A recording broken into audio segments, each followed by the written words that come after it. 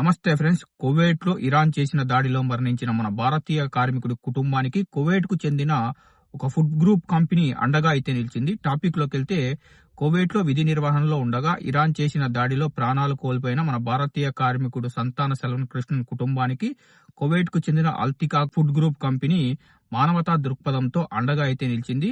కువైట్లోని విద్యుత్ మరియు నీటి శుద్ధి ప్లాంట్లలో ఇరాన్ జరిపిన దాడిలో కృష్ణన్ మరణించిన సంగతి మనందరికీ తెలిసిందే. ఈ విషాద సమయంలో ఆయన కుటుంబాన్ని ఆదుకోవాలనే సదరు సంస్థ నిర్ణయించింది.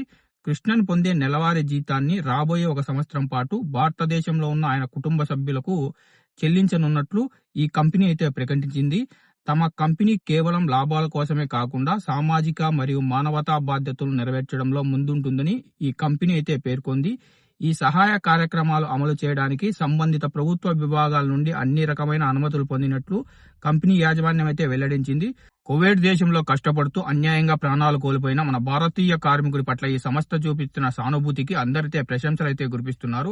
ఈ సంఘటన ఒకటే కాదు, కువైట్ లో మన భారతీయులకు ఎవరికన్నా ఏదన్నా సమస్య అన్నా లేదన్నా ఏదన్నా సాయం కావాలన్నా కువైట్ లో ఉన్న మన భారతీయులు కుల మత భేదాలు చూడకుండా సాయం అయితే చేస్తారు.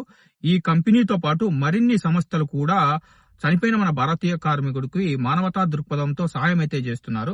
ఈ చర్య గల్ఫ్ ప్రాంతంలో మానవతా విలువలకు ఒక గొప్ప ఉదాహరణగా నిలుస్తుంది. విదేశాల్లో పనిచేస్తున్న భారతీయుల భద్రత, సంక్షేమం ఎంత ముఖ్యమో ఈ సంఘటన మళ్లీ గుర్తు చేస్తుంది. ఇలాంటి తాజా గల్ఫ్ వార్తల కోసం మన గల్ఫ్ ఎక్స్పర్ట్ తెలుగు ఛానల్ ని సబ్స్క్రైబ్ చేసుకోండి.